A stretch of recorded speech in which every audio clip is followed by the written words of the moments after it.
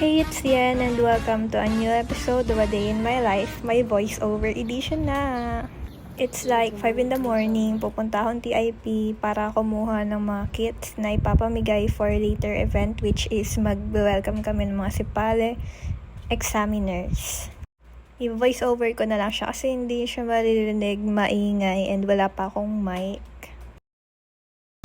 I'm here na sa Antipolo Station and ready to ride on a train na para bang hindi siya nakikipagsiksikan dyan. Andyan na yung train and yes, nakipag-unahan po ako para makaupo ako agad. So after the battle, nandito na tayo finally sa Anones Station and maglalakad lang ako ngayon, hindi ako sasakay kasi bagong buhay na.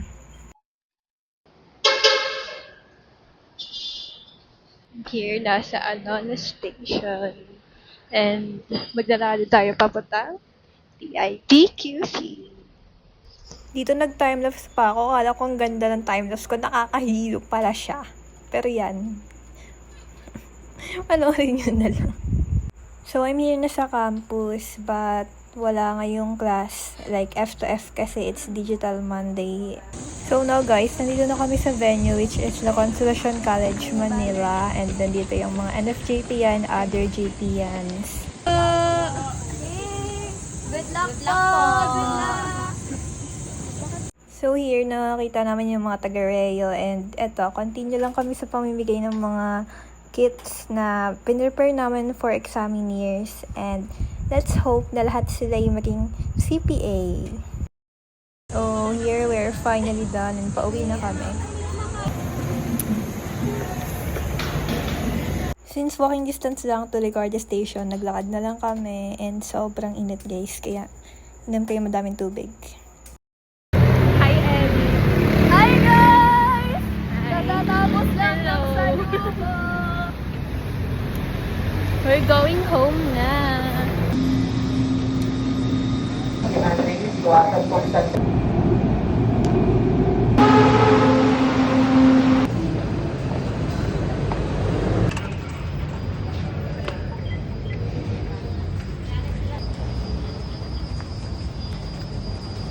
Since it's like 8 a.m. ganon, sarado pa yung mga mall, I decided na mag 7-Eleven na lang and doon kainin yung baon kong breakfast and bumili muna ako ng tubig. Ayan, kain guys! Since gusto ko nga nung Milo ng 7-Eleven, wala dun sa branch na yun, nalipat ako sa kabilang branch which is nasa baba lang na tong bridge.